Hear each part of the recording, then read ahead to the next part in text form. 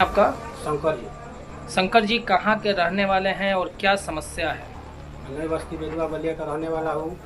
मैंने लगभग 3 साल पहले ज़मीन खरीदा था शनिश्री मंदिर के पास, जो कि एक मकान थी जिसमें 4 भाइयों का हिस्सा था, जो आपस में 100 रुपये के स्टैम्प पर लिखकर बंटवारा कर हमको बेचे थे। उसमें 4 भाई राजकुमार, संजय कुमार, राजेश कुमार और पिंटू थे, जिसमें से राजकुमार और पिंटू ने हमको बेचा। पहले पिंटू ने बेचा, उसके कुछ दिनों के बाद राजकुमार ने मुआहदा कराया हमको अपना ज़मीन 30 लाख रुपये में। उसका भी पैसा हमने 11 महीना मुआहदे के अंतर्गत में डेट से पहले हमने लिखवा रजिस्ट्री करा दिया। वो लोग उस समय घेरवा कर आधा शादी घेरवाया, थोड़ा बहुत रह गया ज़मीन, मकान की नाकी करने में उसकी दिक्कत हो रहा था। हुआ कि ज़मीन रजिस्ट्री होने के बाद टूटेगी। रजिस्ट्री होने के बाद जब हम करवाने गए तो उसमें से काम लगभग महीना दिन चला, लगभग 2-3 लाख रुपये खर्चा कर हमने घेरवाया भी है, 4 लाख रुपये खर्चा कर।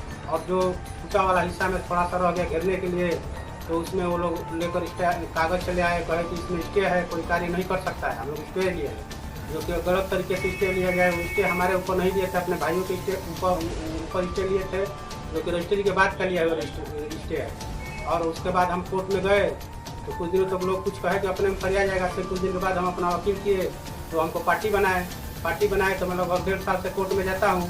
कोर्ट में जाने के बाद हमारा कोई आज तक सुनवाई नहीं होता है। जज साहब 6 महीने के लिए छुट्टी थी कि उनका बच्चा होने वाला है। उसके बाद 6 महीने जब पूरा हुआ तो फिर 6 महीने के लिए पता चल गया छुट्टी, उनका बच्चा हो गया, उसका पालन पोषण करने के लिए। फिर उसके बाद 2 महीने से 3 महीने से जा रहे हैं हम तारीख पर, तो कभी वकील हड़ताल पर है तो कभी हमारा फाइल नहीं जाता है वहाँ पर। उसके बाद ये लोग ज़मीन अंदर घेर लिए हैं। वहाँ पर टूटा हुआ मकान हम रहते नहीं है, रहते अपना हिस्सा बनाकर उसमें से संजय कुमार बांस बड़ी लगाकर घेर लिया है, जिसमें से 4-5 फीट हमारे ज़मीन में हिसाब कट ठोकर है। और जब हम जाते हैं तो झगड़ा मगड़ा करने लगते हैं और भीतर बना लिए हैं। जब यहाँ पर हम गए उप निरीक्षक एसपी साहब को दिए पत्रक अपना लिखकर कि हमारी ऐसी समस्या है, तो चौकी पर भेजे। चौकी पर गए तो यहाँ पर दरोगा जी कोई विश्वकर्मा जी है, उन्होंने सिपाही जी को ले जाकर वहाँ पर भेजा तो वीडियो उसका बनाया जो कार्य हुआ है, नया कार्य हुआ है। उसमें दीवार भी जोड़ा गया, प्लास्टर भी किया गया और फाटक वटक भी लगाने के लिए चौकट भी लगाया गया। वो कार्य को रुकवाए। उसके बाद वो कहे कि इनको कोर्ट ऑफ कंट्रोल कर देते हैं, हम रिपोर्ट लगा देते हैं। उसके बावजूद हमारा कुछ काम हुआ नहीं और वो कागज़ निकलवाने पर उसमें कुछ दूसरा लिखा हुआ है। वो लिखे हैं अपना बयान दोनों का लिखे हैं, इसमें सब सफाई सिर्फ हुआ है और निर्माण थोड़ा बहुत हुआ है, यही तो लिखे हैं। कौन लिखा है? राजेश कुमार। कौन है ये राजेश कुमार? कौन है? जो कि ज़मीन में के मतलब जो 4 भाइयों में से जिनका एक हिस्सा बचा है वही है।